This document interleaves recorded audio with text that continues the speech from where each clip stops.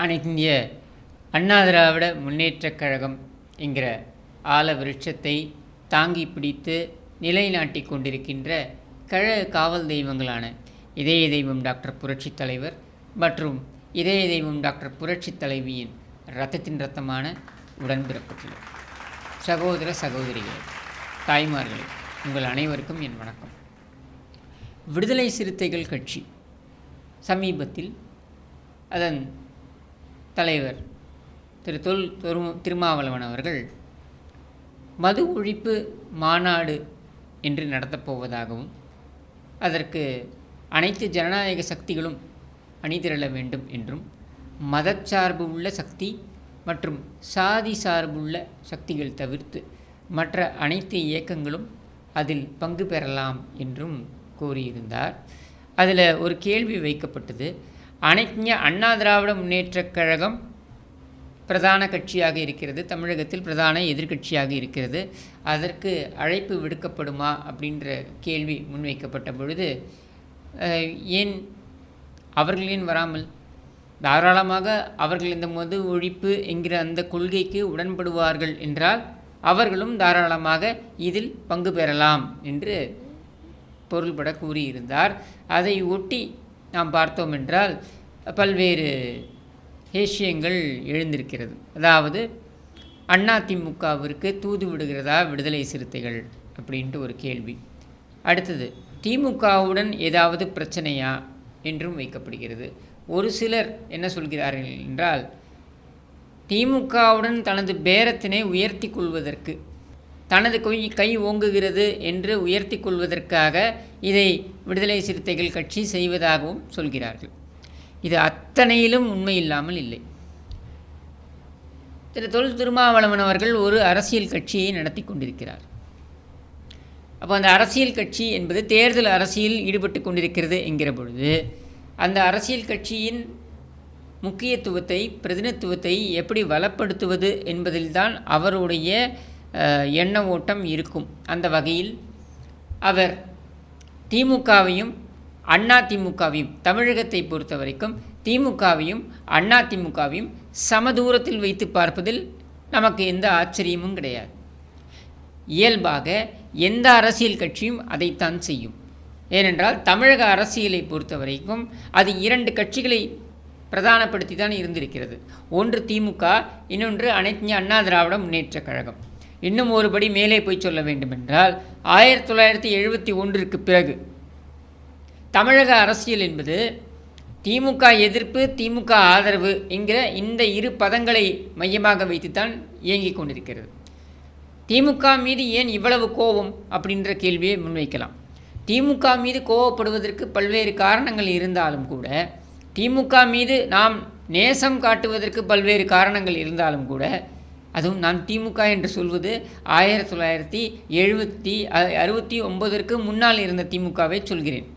இருந்தாலும் கூட முக்கியமாக காரணமாக நாம் திமுகவை எதிர்ப்பதற்கு என்ன காரணம் என்றால், ஒரு குடும்பம், ஒரு ஆக்டோபஸ் குடும்பம் அங்கே அமர்ந்து கொண்டு அதை சீரழித்ததோடு அல்லாமல், தமிழகத்தையே பாழ்படுத்தி கொண்டதோடு அல்லாமல், தங்களை வளப்படுத்தி கொள்வதற்காக திமுக இங்கே இயக்கத்தை வைத்து தமிழகத்தை படுபாதாளத்துக்கு இட்டுக்கொண்டு செல்கிறது. ஒவ்வொரு முறையும் திமுக செய்யக்கூடிய இந்த வேலை அல்லது இந்த குடும்பம் திமுகவை வைத்து செய்யக்கூடிய அந்த வேலையிலிருந்து காப்பது மட்டுமே அதிமுகவுடைய வேலையாக இருந்திருக்கிறது. எனக்கு தெரிந்த சட்டமன்றத்தில் செல்வி ஜெயலலிதா அவர்கள், புரட்சித் தலைவி அம்மா அவர்கள் இது குறித்து பதிவு செஞ்சுருப்பாங்க. என்ன சொல்லியிருப்பாங்கன்னா, நாங்கள் ஒவ்வொரு முறையும் ஆட்சிக்கு வந்து திமுக செய்த பிரச்சனைகளையெல்லாம் சரி செய்து ஓரளவிற்கு இந்த பிரச்சனைகளெல்லாம் சரி செய்து நிலைநாட்டினால் மக்கள் மீண்டும் திமுகவை ஆட்சியில் அமர்த்தி திரும்பவும் அதே பிரச்சனைகளுக்கு வழிவகுப்பார்கள். திரும்பவும் அதே பிரச்சனைகளை திமுக ஏற்படுத்தும். அதை சரி செய்வதற்கு நாங்கள் மீண்டும் ஆட்சிக்கு வந்து முதல் 2 ஆண்டுகள் அதிலேயே போய்விடும். இப்போ மக்களுடைய நன்மைகளை எங்கிருந்து நாங்கள் முனைப்பு காண்பித்து அதில் ஈடுபடுவது அப்படின்ற கேள்வியை முன்வைத்தார்கள். இதில் உண்மை இல்லாமல் இல்லை.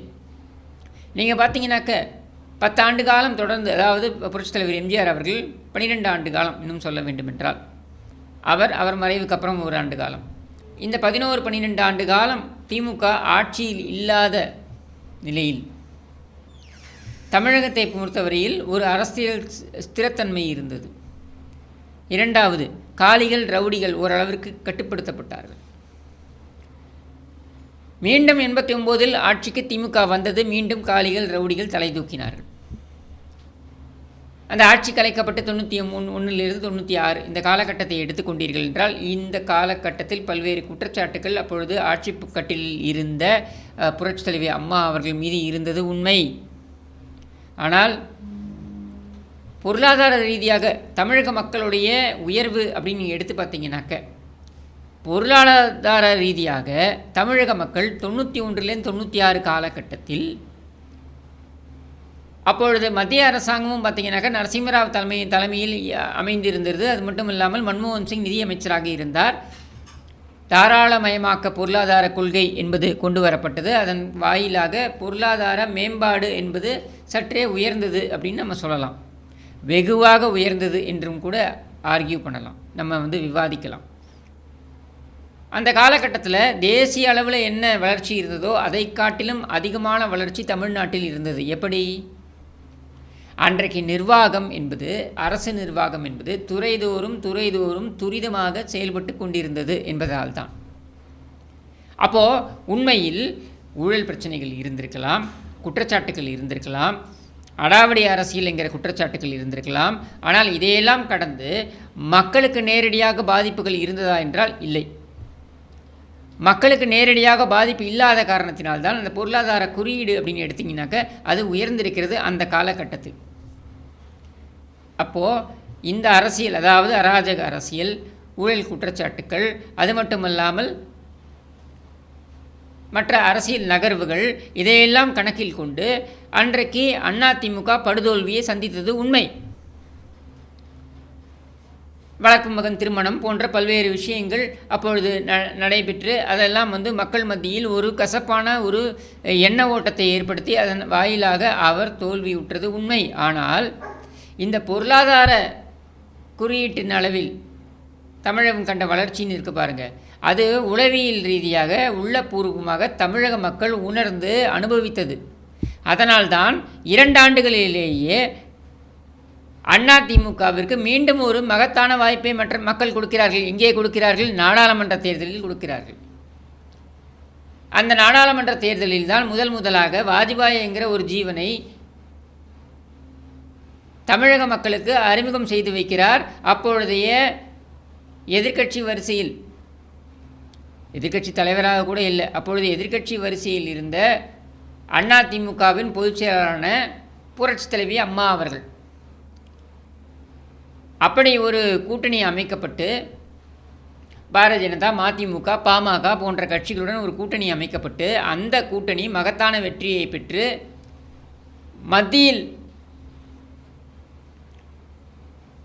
அமைந்த தேசிய ஜனநாயக கூட்டணியுடைய அந்த ஆட்சியில்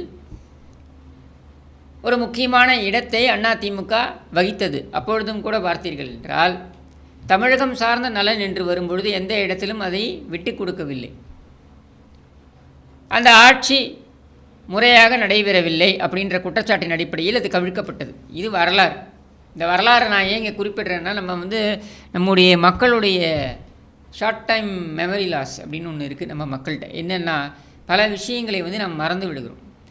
நம்ம உணர்வு பூர்வமாகவே பல விஷயங்களை அணுகக்கூடிய ஒரு தன்மை கொண்டவர்களாக இருக்கின்ற காரணத்தினால் அன்றைக்கு ஒரு விஷயம் பூதாகாரமாக வெடித்து விட்டால் அதற்கு முன்னர் என்ன நடந்தது, அதற்கு பின்னர் என்ன நடக்கக்கூடும் அப்படின்றதை யோசிக்கக்கூடிய திறன் என்பது இந்த உணர்வு ரீதியான ரியாக்ஷன்லேயே நம்ம தொலைத்து விடுகிறோம். அதனால் இதையெல்லாம் நாம் மறுபடியும் இங்கே பதிவு செய்ய வேண்டியதாக இருக்கிறது. இப்போ நம்ம விடுதலை சிறுத்தைகளுக்கு மீண்டும் வருவோம். விடுதலை சிறுத்தைகள் கட்சி இப்படி கூறியிருப்பதற்கு காரணம் என்ன அப்படின்னா, நான் ஏற்கனவே சொன்ன அந்த 3 காரணங்களை நீங்கள் அடிப்படையாக எடுத்துக்கொண்டாலும் கூட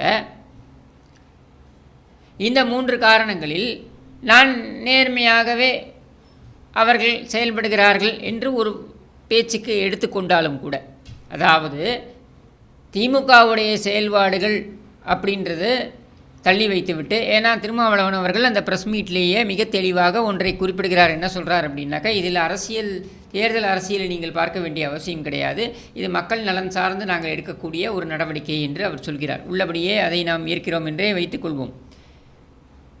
மக்கள் நலன் சார்ந்து திருமாவளவன் அவர்கள் யோசிப்பார் என்றால் அவர் கேட்க வேண்டியது யாரிடம்?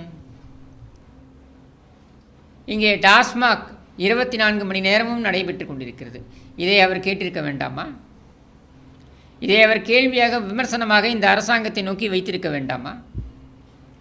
இதற்கு முன்னர் இருந்த ஆட்சி காலத்தில் அப்படி இல்லை என்று பொதுமக்களை கூறிக்கொண்டிருக்கிறார்களே, இதை பற்றி என்ன கூறவிருக்கிறார் திருமாவளவன் அவர்கள்? இரண்டாவது, பாட்டிலுக்கு 10 ரூபாய் என்பதனை அதிகாரப்பூர்வமாக என்ன இவங்க அறிவிக்கலை, அவ்வளவுதான். மற்றபடி பாட்டிலுக்கு 10 ரூபாய் கூடுதலாக வாங்குவது என்பதனை இவர்கள் இங்கே செயல்படுத்தி கொண்டிருக்கிறார்களே, இது குறித்து திருமாவளவன் அவர்கள் கேள்வி எழுப்பியிருக்கிறார்களா? 10 ரூபாய் பாலாஜி என்று ஒரு அமைச்சரையே அழைக்கின்ற அளவிற்கு இது கேவலப்பட்டு நின்றது. ஒவ்வொரு மதுக்கடை வாசலிலும் பார்த்திங்கனாக்கா கேமராவை வைத்துக்கொண்டு ஒவ்வொரு மது பிரியர்கள்னு வச்சுப்போம், குடிகாரர்கள்னு சொல்ல மாட்டேன், மது பிரியர்கள்னு வச்சுப்போம். அப்போ அவர்கள் அங்கு சென்று இதை வீடியோ எடுத்து பதிவு செய்து இந்த 10 ரூபாயை இவர்கள் வாங்குகிறார்கள் என்று சொல்கிறார்களே, அதற்கெல்லாம் இவர்கள் எதிர்வினை ஆற்றினார்களா? திருமாவளவன் அவர்கள் எதிர்வினை ஆற்றினாரா? இங்கே 6 போல கள்ளச்சாராயம் ஓடிக்கொண்டிருக்கிறதே, இதற்கு ஏதாவது எதிர்வினை ஆற்றினாரா? கள்ளக்குறிச்சிக்கு திருமாவளவன் அவர்கள் வந்தார், தனது கண்டனத்தை தெரிவித்தார். ஆனால் உள்ளபடியே அவர் கேட்டிருக்க வேண்டிய கேள்விகள் என்ன? இந்த அரசு நிர்வாகத்தை பார்த்து அவர் கேள்விகள் கேட்டிருக்க வேண்டும். கேட்டாரா? இந்த 3.5 ஆண்டுகள் அவர் தொடர்ச்சியாக தோழமை சுட்டுதல் என்று தான் சொல்லிக் கொண்டிருந்தார் என்றால், உண்மையிலேயே மக்கள் நலன் கருதி நீங்கள் பார்ப்பீர்கள் என்றால், தேர்தல் அரசியலை தள்ளி வைத்துவிட்டு நீங்கள் பார்த்திருப்பீர்கள் என்றால் நீங்கள் என்ன செய்திருக்க வேண்டும்? இந்த அரசாங்கத்தை நோக்கி நியாயமான கேள்விகளை முன்வைத்திருக்க வேண்டும். வைத்தீர்களா? 2024 நாடாளுமன்ற தேர்தலில் தங்களுக்கு ஒரு 2 எம்பிக்கள் வேண்டும் என்கிற ஒரே காரணத்திற்காக நீங்கள் அரசு செய்த குற்றச்செயல்களுக்கெல்லாம் துணை போனீர்கள் என்று சொன்னால் சரி என்று எடுத்துக்கொள்ளலாம் அல்லவா? ஏன்னா சில சமயங்களில் அமைதி காப்பதும் கூட ஒரு குற்றச்செயலுக்கு துணை போவதற்கு சமம். ஆனால் அதையெல்லாம் கடந்து இன்றைக்கு நீங்கள் இந்த நிலைப்பாட்டை எடுப்பதற்கு காரணம் என்ன? நீங்கள் கேட்க வேண்டிய கேள்விகள் என்ன? இங்கே எத்தனை பார்களுக்கு உரிமம் கொடுக்கப்பட்டிருக்கிறது? எத்தனை கடைகளை மூடுகிறேன் என்று இவர்கள் சொன்னார்கள்? எத்தனை பார்களை இவர்கள் திறந்திருக்கிறார்கள்? இதையெல்லாம் எண்ணிக்கை அளவில் வைத்து நீங்கள் உங்களது உறுப்பினர்களை வைத்து சட்டமன்றத்தில் பேசியிருக்கிறீர்களா? இதையெல்லாம் நீங்கள் பேசியிருக்க வேண்டாமா? இன்றைக்கு மாநாடு நடத்துகிறேன் என்று சொல்கிறீர்களே, உங்கள் மாநாட்டை உள்ளபடியே நான் வரவேற்கிறேன். ஆனால் என்னுடைய கேள்வி, இதையெல்லாம் நீங்கள் பேசியிருந்தால் நீங்கள் தேர்தல் அரசியலை கடந்து மக்கள் நலனில் மட்டுமே சிந்திக்கக்கூடிய ஒரு மிகப்பெரிய தலைவர் என்று நானும் ஏற்றுக்கொண்டிருப்பேன். ஆனால் நீங்கள் அதை செய்யவில்லையே.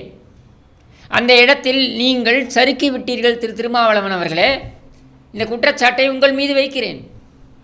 3.5 ஆண்டுகள் உங்களுடைய செயல்பாட்டை அசை போட்டு பாருங்கள், நீங்களே ஏற்றுக்கொள்வீர்கள். ஏனென்றால் நான் புரிந்து கொண்ட வரையில், நான் உங்களை ஒரு 2 முறை சந்தித்திருக்கிறேன், நாம் பேசியிருக்கிறோம்.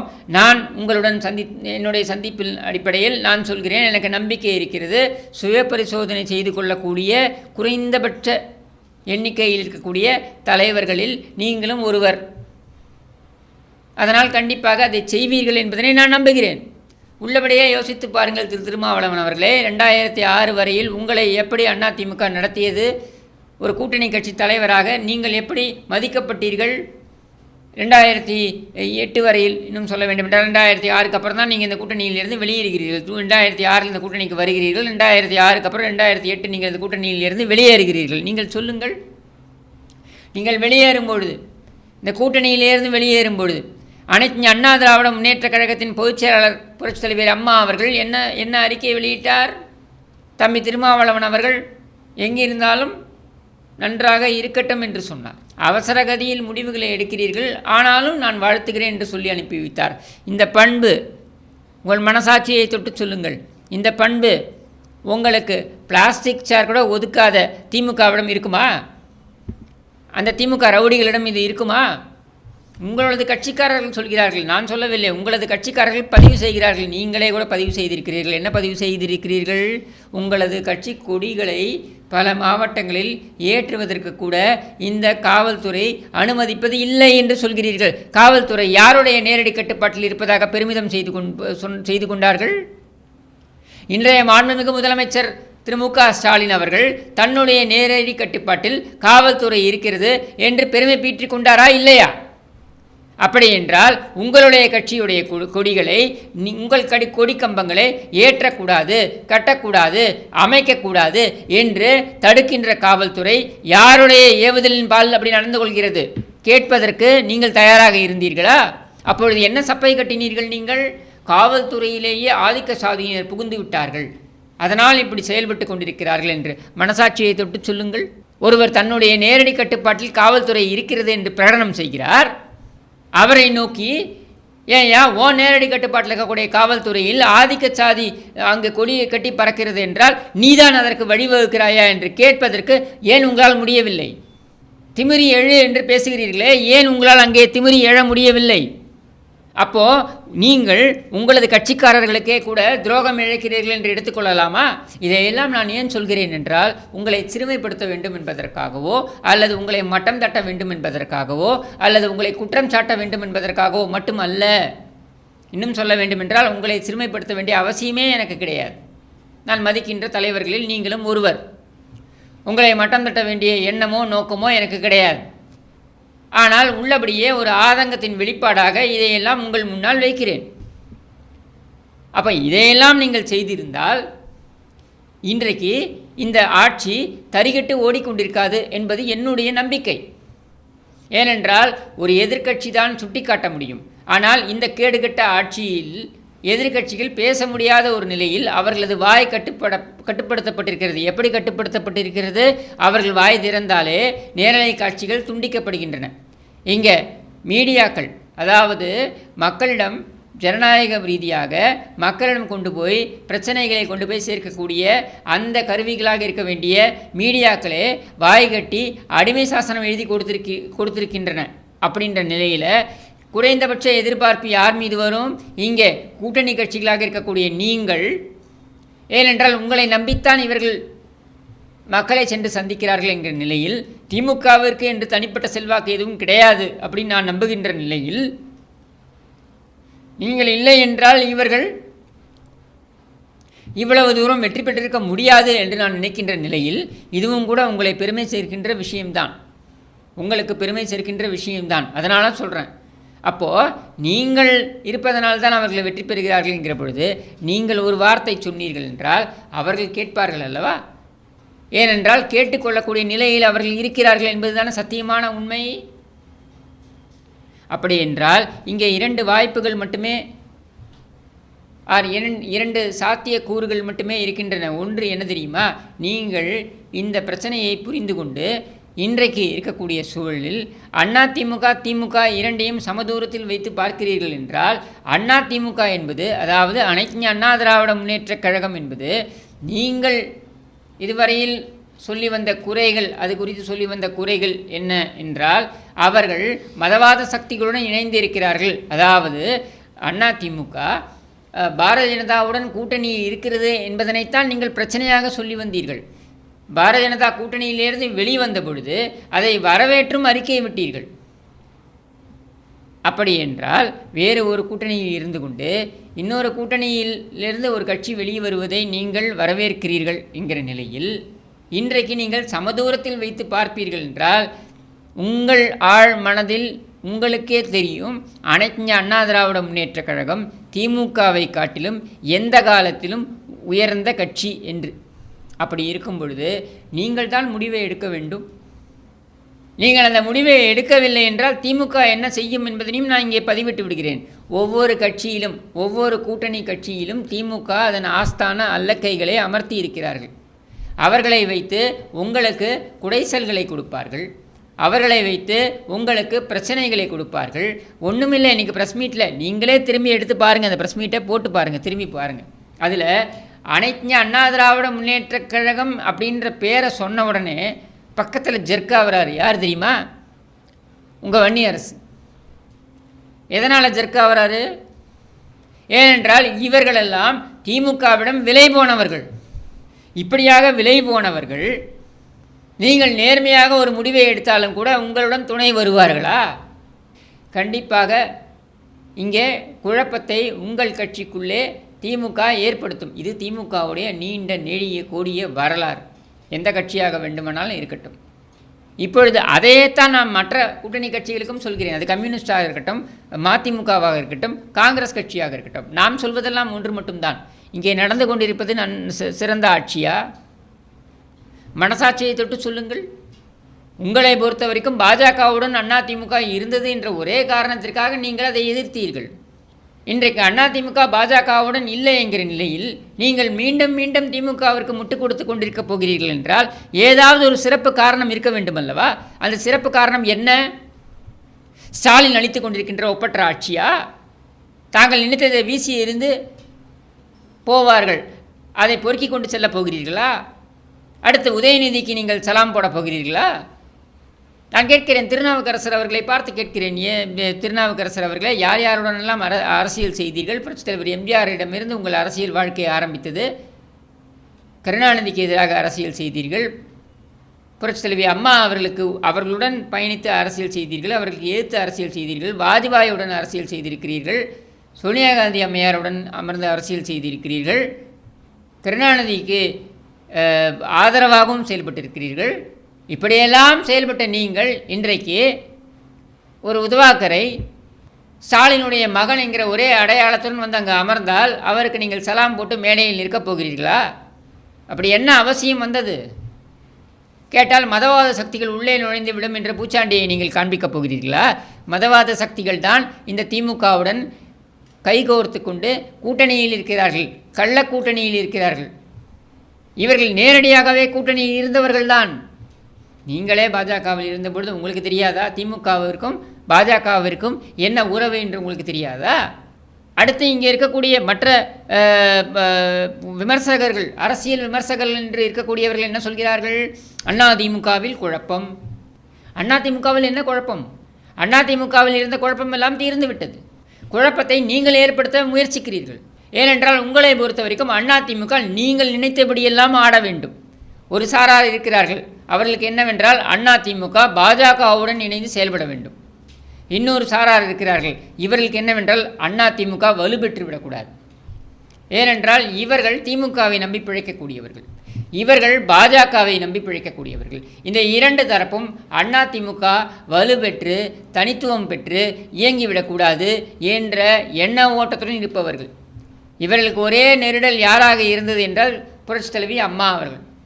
அவர் இருந்த வரையில் இந்த தரப்பையும் அவர் தலை தூக்க விடவில்லை, இந்த தரப்பையும் அவர் தலை தூக்க விடவில்லை. ஆனால் அவர் மறைந்து விட்ட பின்னர் அனைத்து அண்ணா திராவிட முன்னேற்ற கழகம் என்பது எடுப்பார் கைப்பிள்ளையாக மாறிவிடும் என்ற எதிர்பார்ப்பு ஒரு தரப்பிடம் வந்தது. அது யார்? இந்த பாரதிய ஜனதா தரப்பிடம் வந்தது. இன்னொரு தரப்பு நேர் எதிர்த்தரப்பில் இருந்த திமுக, நாம் மதவாத அரசியல் பேசினா சிறுபான்மை மக்களை நம்ம பக்கம் இழுத்துக்கிட்டு நாம் ஒரு பிளவை ஏற்படுத்திடலாம், நாம் சாதியவாதம் பேசினால் அதிலும் நாம் பிளவை ஏற்படுத்தி கொள்ளலாம், நாம் மொழிவாதம் பேசினால் அதிலும் நம்ம பிளவை ஏற்படுத்தி கொள்ளலாம். ஆனால் இது எதையுமே கையில் எடுக்காத அதிமுகவை எதிர்ப்பது தான் நமக்கு மிகப்பெரிய பிரச்சனையாக இருக்குது. ஏன் என்றால் அங்கே மொழிவாதம் கிடையாது, அங்கே சாதியவாதம் கிடையாது, அங்கே மதவாதம் கிடையாது, இது எதுவுமே கிடையாது. அனைத்திற்குமான இயக்கமாக அனைத்து அண்ணா திராவிட முன்னேற்ற கழகம் இருக்கிறது. அதற்கு அவ்வப்பொழுது ஒரு அடையாளமாக மக்கள் செல்வாக்கு மிக்க தலைவர்கள் முன்னிறுத்தப்பட்டார்கள். நிறுவன தலைவர் புரட்சித் தலைவர் எம்ஜிஆர் அவர்கள், அதன் பின்னர் புரட்சித் தலைவி அம்மா அவர்கள் என்று இருந்தார்கள். இன்றைக்கு மக்கள் செல்வாக்கு என்று சொல்லிக்கொள்ளக்கூடிய தலைவர்கள் இல்லை. அதாவது நான் சொல்கிறது 2017 என்பதனால் அதிமுகவை கபலீகரம் செய்து விடலாம். இதை காலி செய்துவிட்டால் அடுத்து எதிர் சக்தியாக வரக்கூடியது யாராக இருக்க முடியும்? பாஜக. ஏனென்றால் மத்தியில் பாஜக இருப்பதனால் இங்கே பாஜக. அப்போ அந்த பாஜக வந்தால் இங்கே மதவாதம் பேசி நாம் சிறுபான்மையினர் நம் பக்கம் வைத்துக் கொள்ளலாம். அந்த பக்கம் அவர்கள் மதவாதம் பேசி மதவெறியை தூண்டி அந்த பக்கம் அவர்கள் இந்துக்களை மதவெறி கொண்ட அல்லது மதவெறி தன்மை கொண்ட இந்துக்களை தன் பக்கம் எடுத்துக்கொள்வார்கள். இப்படி எடுத்துக்கொள்ளும் பொழுது நாம் மீண்டும் ஆட்சியில் இருந்து விடலாம். நமக்கு பிரதான எதிர்க்கட்சியாக எது இருக்கும்? பாஜக இருக்கும். இதுதான் அவர்கள் எதிர்பார்ப்பு. பாஜகவின் எதிர்பார்ப்பு என்ன? நாம் தலைகீழே நின்று தண்ணி கொடுத்தாலும் இந்த மாநிலத்துக்குள் நம்மளால் நுழைய முடியல, இந்த மாநிலத்துக்குள் நம்ம நுழைய வேண்டும் என்றால் நாம் எதிர்ப்பதாக காண்பித்து கொள்ள வேண்டியது திமுகவை. உண்மையில் எதிர்த்து கபலீகரம் செய்து முழுங்க வேண்டியது அதிமுகவை. இதுதான் அவர்களுடைய எண்ண ஓட்டம், இயல்பான எதிர்பார்ப்பு. ஒரு அரசியல் கட்சிக்கு அப்படித்தான் அந்த பசி இருக்கும். ஆனால் இந்த பசிக்கு நாம் இடம் கொடுத்தால் அதிமுக ஒரு கால் திமுக தரப்பினாலோ அல்லது பாஜக தரப்பினாலோ கபலீகரம் செய்யப்பட்டு வீழ்த்தப்பட்டால் அங்கே பாதிக்கப்பட போவது யார்? அதிமுகவை விட பாதிக்கப்பட போவது அதிகம் தமிழக மக்கள். இங்கே அதிமுக மதவாத சக்திகள் உள்ளே வராமல் இருப்பதற்கு அரணாக இருந்து கொண்டிருக்கிறது என்பதனை மறந்துவிட வேண்டாம். நீங்கள் இஸ்லாமியராக இருங்கள், நீங்கள் யாருக்கு வேண்டுமானாலும் வாக்களித்து விட்டு போகுங்கள், அதை நாங்கள் யாரும் கேள்வி கேட்கல. ஆனால் வரலாற்றை புரட்டி பாருங்கள். திமுக ஒரு ஒரு ஒரு நொடி கூட யோசிக்காது. தங்களது சுயநலத்திற்கு தேவை என்றால் மதமாதமாதும் மண்ணாங்கட்டியாவது, மதச்சார்பின்மையாவது மண்ணாங்கட்டியாவது என்று கடந்து போகக்கூடிய இயக்கம்தான் திமுக. அதே போல் இந்த இந்துக்கள் யோசிக்க வேண்டும். இந்துக்களே ஒன்று கூடுங்கள், இந்துக்களே ஒன்று கூடுங்கள் என்று கூறி உங்களை முற்றிலும் முழுவதுமாக ஏமாற்றி கொண்டிருக்கிறது பாரதிய ஜனதா. இவர்கள் எந்த காலத்திலும் இந்துக்களுக்கு நன்மை செய்தது கிடையாது. நான் சொல்கிறேன், எழுதி வைத்து கொள்ளுங்கள். 10 ஆண்டுகளில் இவர்கள் எதையும் கிழிக்கவில்லை. இன்னும் இருக்கக்கூடிய சொச்ச ஆண்டுகளிலும் இவர்கள் எதையும் கிழிக்கப் போவது இல்லை. இவர்களை நம்பி நீங்கள் ஏமாறுவீர்கள் என்றால் இந்த மாநிலம் மதவெறிக்காடாக மாறும் என்பதில் மாற்று கருத்தே இருக்க முடியாது. அப்படி என்றால் நாம் ஆதரிக்க வேண்டியது எது? நாம் யோசிக்க வேண்டியது, அதாவது திமுக பக்கம் இருக்கக்கூடிய கூட்டணி கட்சிகளாக இருக்கட்டும், இந்த பக்கம் தேசிய ஜனநாயக கூட்டணியில் ஏதோ அவர்கள் சொன்ன ஆசை வார்த்தைகளுக்கெல்லாம் ஆசைப்பட்டு சென்ற கட்சிகளாக இருக்கட்டும், அல்லது நாங்கள் தனித்தே களம் காண்போம் என்று சொல்லக்கூடிய கட்சிகளாக இருக்கட்டும், நீங்கள்லாம் யோசிக்க வேண்டியது, ஜனநாயகத்தை காக்க வேண்டிய இடத்தில் நீங்கள் இருக்கிறீர்கள். உங்களுடைய பொறுப்பை நீங்கள் மனதில் நிறுத்தி கொள்ளுங்கள். நீங்கள் எந்த வழியை எடுக்க வேண்டும் என்று சொல்லக்கூடிய தகுதி எனக்கு இருப்பதாக நான் நினைக்கவில்லை, நான் கருதவில்லை. ஆனால் ஒன்றை மட்டும் சொல்லிக்கொள்கிறேன், இங்கே அனைத்து அண்ணா திராவிட முன்னேற்றக் கழகம் காக்கப்படவில்லை என்றால், அனைத்து அண்ணா திராவிட முன்னேற்றக் கழகம் இன்றைக்கு இருக்கின்ற அந்த நிலையில், அதாவது ஒற்றை தலைமை தனது சின்னத்தை பாதுகாத்து கொண்டு விட்ட இந்த நிலையில் அது காக்கப்படாமல் வெளியில் அனுப்பப்பட்ட அந்த புல்லுருவிகள் மீண்டும் உள்ளே ஏற்றுக்கொள்ளப்படுவார்கள் என்றால் எழுதி வைத்து கொள்ளுங்கள், நீங்கள் ஜனநாயகத்தை தமிழகத்தில் மறந்துவிட வேண்டியதுதான். இன்னும் ஒரு மேற்கு வங்கமாக தமிழகம் மாறும் என்பதில் மாற்று கருத்தே இருக்க முடியாது. இங்கே நீங்கள் உங்களுடைய சுயநலத்தை, உங்கள் கட்சி சார்பு எண்ண ஓட்டம் இருந்தாலும் அதையும் கூட நீங்கள் மறந்து யோசிக்க வேண்டிய நிலை ஏற்பட்டுள்ளது. அந்த நிலையை திமுக ஏற்படுத்தியுள்ளது. அந்த நிலையை திமுக ஏற்படுத்துவதற்கு பாஜக துணை போகின்றது. அப்படி என்றால் இந்த 2 தீய சக்திகளும் நாம் எப்படி எதிர்கொள்ளப் போகிறோம்? நாம் ஒன்றிணைந்தால்தான் எதிர்கொள்ள முடியும். அப்படி ஒன்றிணைவதற்கு இவர்கள் எல்லோரும் யோசிக்க வேண்டும், அதை நோக்கி பயணிக்க வேண்டும் என்பதனை ஒரு யோசனையாக நான் முன்வைக்கிறேன். நான் அறிவுரையாக கூறவில்லை, இதை ஒரு யோசனையாக முன்வைக்கிறேன். நீங்கள் சிந்தித்து பாருங்கள். ஒரு குடும்பம் இங்கே ஆதிக்கம் செய்யும் என்றால் அந்த குடும்பம் தன்னுடைய சுயநலத்திற்காக மதவாதமாவது மண்ணாங்கட்டியாவது என்று தான் யோசிக்கும், மதச்சார்பின்மையாவது கருணாநிதியாவது என்று தான் யோசிக்கும். இப்படியெல்லாம் யோசிக்கின்ற அளவிற்கு அந்த குடும்பத்திற்கு பல சிக்கல்கள் ஏற்படுத்தப்படும். அதே போல தாங்கள் எப்படியாவது இங்கே கோலோச்ச வேண்டும் என்பதற்காக எத்தகைய மதவாதத்தையும் எத்தகைய மதவெறியும் இங்கே புகுத்துவதற்கு இன்னொரு சக்தியும் தயாராக இருந்து கொண்டிருக்கிறது. நான் திமுகவை போல பாஜக உள்ளே வந்துடும் என்கிற அந்த பூச்சாண்டியெல்லாம் இங்கே காட்ட விரும்பவில்லை. அண்ணா திமுக இருக்கின்ற வரையில் அது சாத்தியமே கிடையாது. அதனால் உறுதியுடன் தெளிவுடன் நான் சொல்கிறேன், எனக்கு நம்பிக்கை இருக்கிறது. தெரு தெருவாக சென்று மேடைகள் தோறும் தோன்றி மக்கள் மத்தியில் தெருமுனை பிரச்சாரங்கள் வாயிலாக நாங்கள் இதையெல்லாம் எடுத்துரைப்போம். மக்கள் விரோத ஒரு ஆட்சி மத்தியிலும் மாநிலத்திலும் நடந்து கொண்டிருக்கிறது என்பதனையும் எடுத்துரைப்போம்.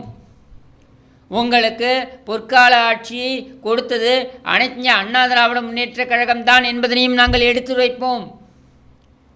மக்களுடைய நம்பிக்கையை பெறுவோம் என்கிற அந்த மிகப்பெரிய ஒரு தன்னம்பிக்கை என்பது எங்களுக்கு இருக்கிறது. ஆனால் நீங்கள் அந்த பயணத்தில், இது ஒரு ஜனநாயக புரட்சியை நோக்கிய பயணம் என்று கூட சொல்லலாம், இந்த பயணத்தில் நீங்கள் இணையப் போகிறீர்களா? இந்த பயணத்தில் அதிமுகவுடன் நீங்கள் உறுதுணையாக இருக்கப் போகிறீர்களா என்பதுதான் கேள்வி. நான் திரும்பவும் சொல்கிறேன், இது பொதுச் செயலாளராக திரு எடப்பாடி பழனிசாமி அவர்கள் அதிமுகவுடைய தொண்டர்களால் ஏற்றுக்கொள்ளப்பட்டு அவர் தேர்வாகி இருக்கிறார் என்பதனால் மட்டும் நான் இங்கே பேசவில்லை. நான் திரு எடப்பாடி பழனிசாமி அவர்களுக்கு துதிபாடியாகவும் நான் இங்கே பேசவில்லை. ஆனால் சொல்கிறேன், மீண்டும் சொல்கிறேன், எடப்பாடி பழனிசாமி அவர்கள் இல்லை என்றால் அதிமுக என்றைக்கோ திமுகவின் பக்கமோ அல்லது பாஜகவிற்கோ அது பாத்தியப்பட்டிருக்கும், என்றைக்கோ அதன் கதை முடிந்திருக்கும். அதை இல்லாமல் எந்த குடும்ப பிடியின் கையிலும் சிக்காமல், எந்த குடும்பத்திடமும் அது சிக்காமல் பார்த்து கொண்டது எடப்பாடி பழனிசாமி தான். அதனால்தான் நான் மீண்டும் மீண்டும் சொல்கிறேன், அவர் பெரிய சூப்பர்மேன் என்றெல்லாம் நான் சொல்லவில்லை, அவர் பெரிய ராபின்ஹுட் என்றெல்லாம் நான் சொல்லவில்லை. நான் சொல்வதெல்லாம் ஒன்று மட்டும்தான், இந்த பிரச்சனையில் இவ்வளவு இக்கட்டான ஒரு சூழலில் இந்த கட்சியை காப்பாற்றியிருக்கிறார், இந்த சின்னத்தை மீட்டெடுத்திருக்கிறார். நாம் சுயமாக நிற்கக்கூடிய நமக்கான சுயமரியாதையை நமக்கு அளித்திருக்கிறார். அவரை நாம் 1000 சொல்கிறோம், அவர் தவழ்ந்து போனார், அப்படி போனார், இப்படி போனார் நம்ம சொல்கிறோம். அந்த பழியையெல்லாம் அவர் சுமந்து கொண்டார். ஆனால் இன்றைக்கு அதிமுக நிமிர்ந்து இருக்கிறது. எந்த மோடியோ எந்த அமித்ஷாவோ அதிமுகவை மிரட்ட முடியாது. மிரட்டி கொண்டிருக்கிறது என்று சொன்னவர்கள் எல்லாம் இன்றைக்கு என்ன பேசி கொண்டிருக்கிறார்கள்? அதிமுக அங்கே சேர்ந்து போயிருந்தால் நல்லா இருக்கும் அப்படின்னு சொல்கிறவங்க ஒரு பக்கம். இன்னொரு பக்கம் என்ன, அதிமுக காணவே அப்படின்னு சொல்லிட்டு. நாம் சொல்கிறது என்ன, நாங்கள் தனித்து நிற்கிறோம், துணிந்து நிற்கிறோம், எந்த வித அச்சுறுத்தலுக்கும் இடம் கொடுக்காமல் நாங்களும் அச்சுறுத்துவதில்லை, எங்களையும் யாரும் அச்சுறுத்த முடியாது என்பதனை சொல்கிறோம்.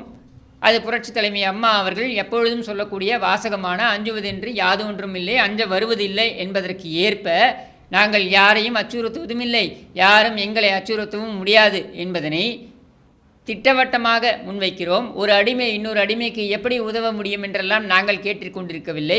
அப்படி கேட்டது யார் என்று உங்களுக்கு தெரியும். திராவிட முன்னேற்றக் கழகத்துடைய திமுக தலைவராக இருந்த கருணாநிதி தான். இன்றைக்கு வெள்ளை கொடையை எடுத்துக்கொண்டு ஓடுவது யார் என்று உங்களுக்கு தெரியும், அதுவும் நம்ம ஸ்டாலின் தான். அப்படியெல்லாம் நாம் எங்கும் செல்லவில்லை. நாம் சொல்லக்கூடியதெல்லாம் ஒன்று மட்டும்தான், நாங்கள் மீண்டும் பொற்கால ஆட்சியை தமிழகத்திற்கு தந்திடுவோம், இந்த தீய சக்தியான திமுகவை வீழ்த்திடுவோம், இந்த தீய சக்தியான திமுகவுடன் கள்ள உறவில் இருந்து கொண்டு தமிழகத்தில் திமுக ஆட்சி மீண்டும் வளர வேண்டும் என்பதற்காக திரைமறைவில் உழைத்து கொண்டிருக்கின்ற கட்சியான பாரதிய ஜனதாவையும் ஓட ஓட விரட்டுவோம் என்று சொல்கிறோம். இதற்கு நீங்கள் துணை நிற்கப் போகிறீர்களா இல்லையா என்பதனை நீங்களே யோசித்துக் கொள்ளுங்கள். நாங்கள் மீண்டும் சொல்கிறோம், நீங்கள் வந்தால் உங்களுடன், நீங்கள் வரவில்லை என்றால் நீங்கள் இல்லாமல், நீங்கள் எதிர்த்தால் உங்களையும் மீறி இரட்டை இலை என்பது வெற்றி வாகை சூடும், அனைத்து அண்ணா திராவிட முன்னேற்ற கழகம் என்பது வெற்றி வாகை சூடும். எடப்பாடி பழனிசாமி மீண்டும் முதலமைச்சராக கோட்டையில் கொடியேற்றுவார் என்று கூறிக்கொண்டு விடைபெறுகிறேன். நன்றி, வணக்கம்.